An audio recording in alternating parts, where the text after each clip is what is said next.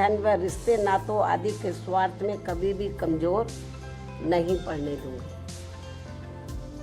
वैसे भी मेरे भाई बहन व अन्य रिश्ते नाते आदि मेरे लिए केवल बहुजन समाज का ही एक अंग है,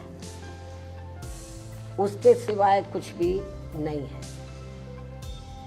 इसके अलावा पार्टी व मूवमेंट के हित में बहुजन समाज के जो भी लोग अपनी पूरी ईमानदारी व निष्ठा से कार्य करते हैं तो उन्हें पार्टी में जरूर आगे बढ़ने का मौका दिया जाएगा और इस मामले में मेरे रिश्ते नाते आदि भी आड़े नहीं आएंगे। यहाँ मैं सावधानी के तौर पर ये भी बताना चाहूँगी कि पिछले कुछ वर्षों से सत्ता व विपक्ष में बैठी सभी जातिवादी, सांप्रदायिक व पूंजीवादी पार्टियां बीएसपी के विरुद्ध अंदर अंदर आपस में मिलकर बहुजन समाज की एकमात्र हितैषी पार्टी बीएसपी को किस्म किस्म के हथकंडों के जरिए इसे कमजोर करने की पूरी कोशिश में लगी, क्योंकि यहाँ जातिवादी पार्टियों को खासकर सन 2007 में यूपी में बीएसपी का अकेले ही पूर्ण बहुमत के आधार पर सत्ता में आना अभी तक भी उनके गले के नीचे से कतई भी नहीं उतर पा रहा है। और तभी से यहाँ सभी जातिवादी व खासकर दलित विरोधी पार्टियां किस्म किस्म के हथकंडे इस्तेमाल करके बीएसपी को कमजोर व खत्म करने में लगी। इसी प्रकार बाबा साहब डॉक्टर भीमराव अंबेडकर के जीते जी भी इन्हीं जातिवादी पार्टियों ने इनके कारवां को किस्म किस्म के हथकंडे इस्तेमाल करके उसे कमजोर व खत्म करने का पूरा प्रयास किया था, जिसे बाबा साहब ने व बाद में मान्यवर श्री कांशीराम जी ने भी इनके मंसूबों को पूरा नहीं होने दिया है। और अब मैं भी अपने बहुजन समाज के बलबूते पर इनके इस मंसूबे को किसी भी कीमत पर पूरा नहीं होने दूंगी। ये मेरा पार्टी के लोगों को वायदा है, जिसके लिए मुझे अपने बहुजन समाज का हर स्तर पर साथ मिलना भी बहुत ज़रूरी है। और अच्छी बात यह है कि बहुजन समाज पूरे तन मन धन के साथ अब मेरे साथ खड़ा है, अभी भी खड़ा है। इतना ही नहीं बल्कि दलित व अन्य उपेक्षित वर्गों के लोगों को ये मालूम है कि ये लोग यूपी में बीएसपी की पूर्ण बहुमत की सरकार बनने से पहले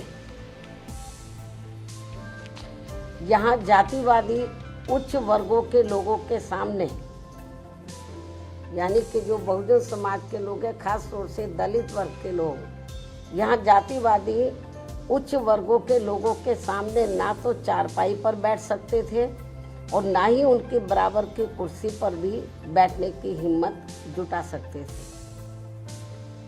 लेकिन सन 2007 में बीएसपी की अकेले पूर्ण बहुमत की सरकार बनने के बाद से ये सब अब काफी कुछ बदल गया। अब ये लोग उनके बराबर में चारपाई व कुर्सी आदि पर भी पूरे सम्मान के साथ बैठ सकते हैं। ये जो बहुजन समाज के लोग हैं, यही है वास्तव में यहाँ सही सामाजिक परिवर्तन। यही है वास्तव में यहाँ सही सामाजिक परिवर्तन, जिसे मेरे नेतृत्व में बनी बीएसपी की सरकार ने लाया। लोग सामाजिक परिवर्तन की बहुत बात करते हैं, लेकिन उसको धरातल पे कभी उतारते नहीं हैं।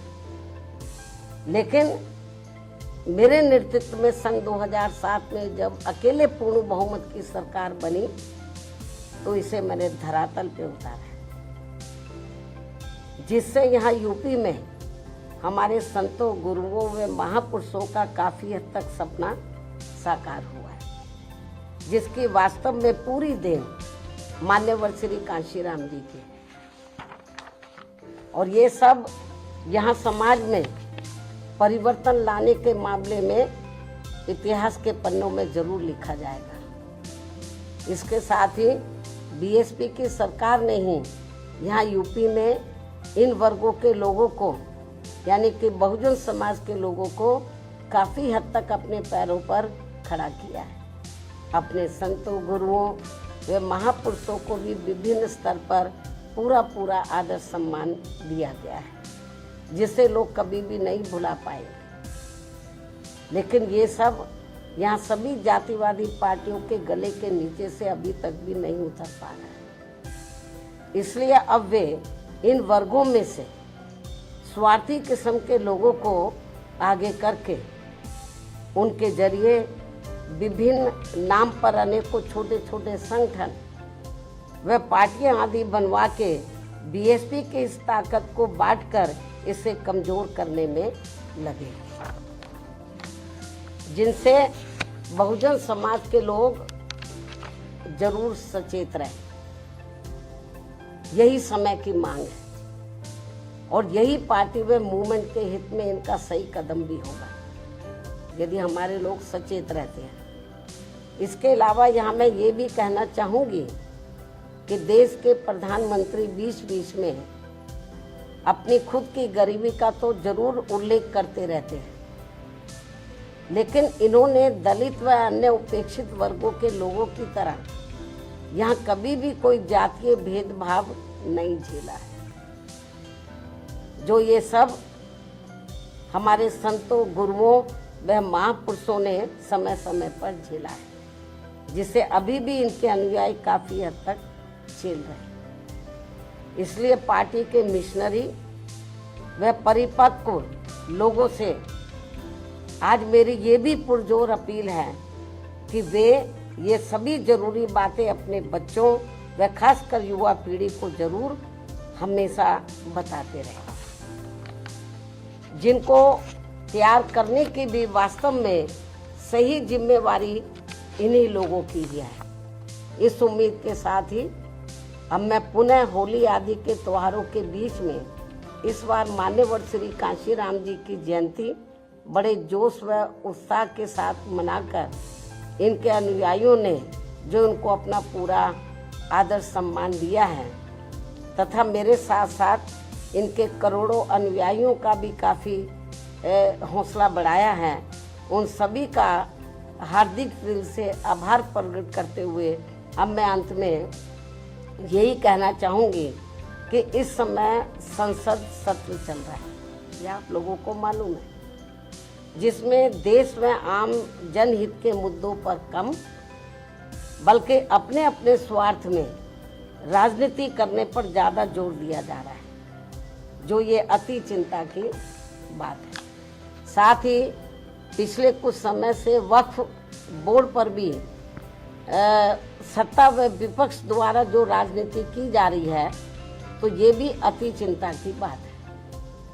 और यदि ये मामला समय रहते आम सहमति से सुलझा लिया जाता तो ये ज़्यादा बेहतर होता। केंद्र सरकार इस मामले में जरूर पुनर्विचार करे, सोच विचार करे, ये भी हमारी पार्टी की केंद्र सरकार से पुरजोर अपील है। इस उम्मीद के साथ ही अब मैं अपनी बात यहीं समाप्त करती हूँ। धन्यवाद। जय भीम व जय भारत।